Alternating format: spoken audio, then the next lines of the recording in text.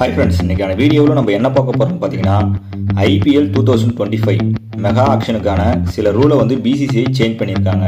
அதாவது சேஞ்ச் பண்ணி வெளியிட்டிருக்காங்க. அது என்னென்ன ரூல் அப்படின்றது தான் ஃபுல்லாக பார்க்க போகிறோம். வாங்க வீடியோக்குள்ளே போகலாம். இதில் ஃபர்ஸ்ட் இருக்கிற ரூல் என்னன்னு பார்த்தீங்கன்னா ஒவ்வொரு டீமும் 6 பிளேயரை ரிட்டர்ன் பண்ணிக்கலாம். அதில் 5 கேப்டு பிளேயர் 2 அன்கேப்டு பிளேயரை ரிட்டர்ன் பண்ணிக்கலாம். அப்படி இல்லைனா RTM கார்டு முறையை யூஸ் பண்ணிக்கலாம் அப்படின்னு சொல்லியிருக்காங்க. நம்ம ரிட்டர்ன் பண்ற 6 பிளேயர்ல அதாவது நீங்க 4 கேப்டு பிளேயரை சூஸ் பண்ணிட்டு 2 அன்கேப்டு பிளேயரை சூஸ் பண்ணி வச்சுக்கலாம் அப்படிங்கிற மாதிரி தான் சொல்லியிருக்காங்க. ரூல் நம்பர் 2ல என்ன சொல்லியிருக்காங்கன்னு பார்த்தீங்கன்னா ரிட்டர்ன் பண்ற 5 கேப்டு பிளேயர்ல 5 வெளிநாட்டு பிளேயராகவும் இருக்கலாம், 5 இந்தியன் பிளேயராகவும் இருக்கலாம். அதுல எந்த சேஞ்சஸுமே இல்லை. அது டீம் செலக்ட் பண்ணி வச்சுக்கலாம் அப்படின்ற மாதிரி சொல்லியிருக்காங்க.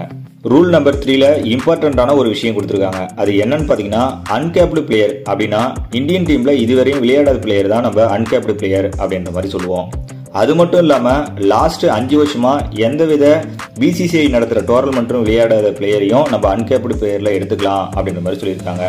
இதனால சென்னை டீம்ல இருந்து நம்ம தல தோனியை அன்கேப்டு பிளேயரா ரீட்டர்ன் பண்றதுக்கு அதிக வாய்ப்பு இருக்கு. ரூல் நம்பர் 4ல என்ன சொல்லியிருக்காங்கன்னு பார்த்தீங்கன்னா ஒவ்வொரு டீமுக்கும் பிளேயரை செலக்ட் பண்ணி எடுக்கிறதுக்கு அதாவது பிளேயரை வாங்குறதுக்கு 120 கோடி வரையும் செலவு பண்ணலாம் அப்படின்ற மாதிரி சொல்லியிருக்காங்க.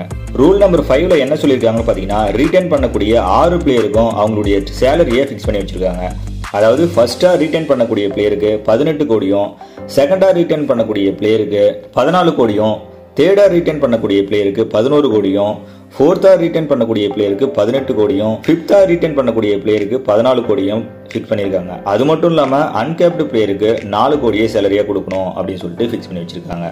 ஒவ்வொரு டீமும் எந்தெந்த பிளேயரை ரீட்டைன் பண்ண போறாங்க அப்படின்ற லிஸ்ட்டை வரும் அக்டோபர் மாதம் 30ஆம் தேதிக்குள்ள கொடுக்கணும் அப்படின்ற மாதிரி BCCI தெரிவிச்சிருக்காங்க. தேங்க்யூ.